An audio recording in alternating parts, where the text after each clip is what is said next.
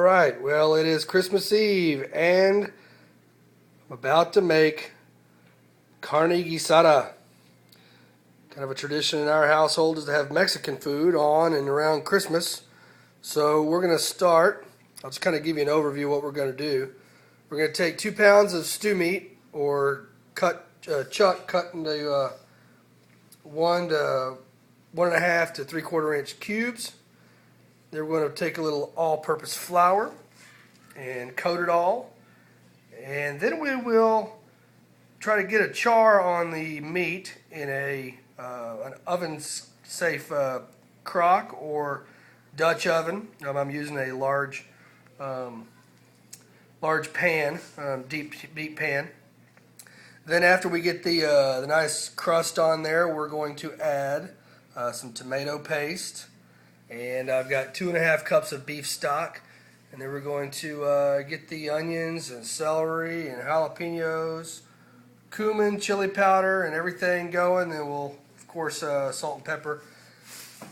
Then after we get it to where we need it to, we scrape the bottom and get all the scrapings and all the goodness flowing in a nice little soupy mixture. We're going to throw it in the oven at 325 for 3.5 to 4 hours and let it really break down and get tender. So I just wanted to show you the ingredients, and I'll cover the steps as I go along. All right. So I've added the 1/4 cup of oil to the frying pan, and the flour to the toss the meat in the flour, and it allows me to get this nice brown, and you can see all that goodness stuck to the bottom. We're going to put some beef broth in there, and after we get the vegetables done, and really pick up all those flavors. So you do this till it's brown on all sides. Scraping them off, flipping it over, making sure everything's browned up. And then once you get that done, we're going to put in the vegetables and let them saute just a little bit. So we'll be back. All right, so now we've got a nice char, a nice brown on all of our meat. So now we're going to add our vegetables.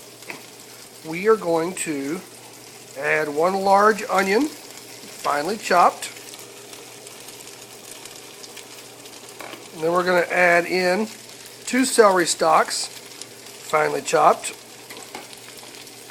And then I went ahead and did 3 jalapenos, finely chopped. And then we're going to incorporate that and just let it saute for just a bit. Kind of get the onions get a little translucent, kind of wilt down a little bit. And then we'll add some of our other ingredients. All right. So now that we got all the vegetables incorporated, we're going to add our 2 tablespoons of tomato paste, our 1 tablespoon of chili powder, and then we're going to take our 1 teaspoon of cumin,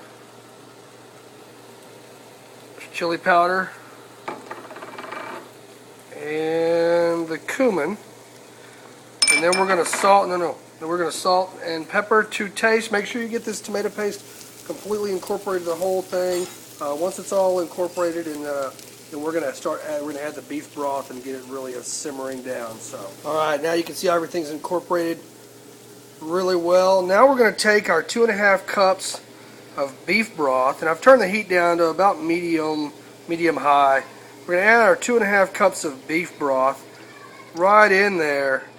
What we're going to do is now we're going to take and we're just going to scrape all that stuff off the bottom.